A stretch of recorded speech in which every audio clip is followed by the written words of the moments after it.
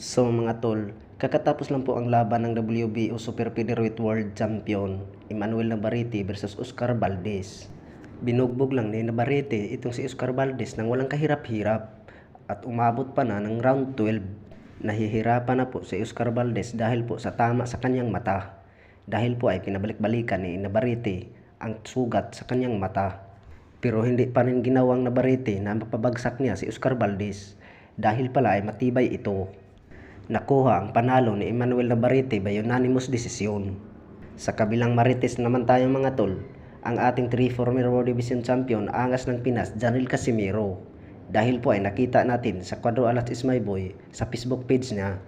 Sabi ng Angas ng Pinas, let's Valdez, lul, alam na this. So ibig sabihin mga tol, ay pumusta pala to ang ating Angas ng Pinas, Janril Casimiro kay Oscar Valdez.